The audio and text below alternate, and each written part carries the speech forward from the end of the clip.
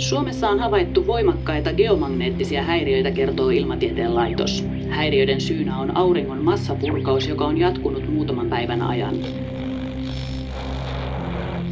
Aurinkomyrskyt voivat aiheuttaa häiriöitä sähkön jakeluun.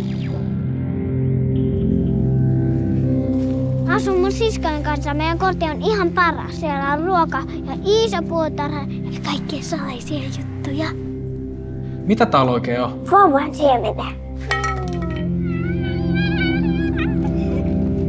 Sun pitää muistaa, että kaikki ihmisiä ei voi aina luottaa. Ja sen takia mä seuhkaan vaan hevosten kanssa.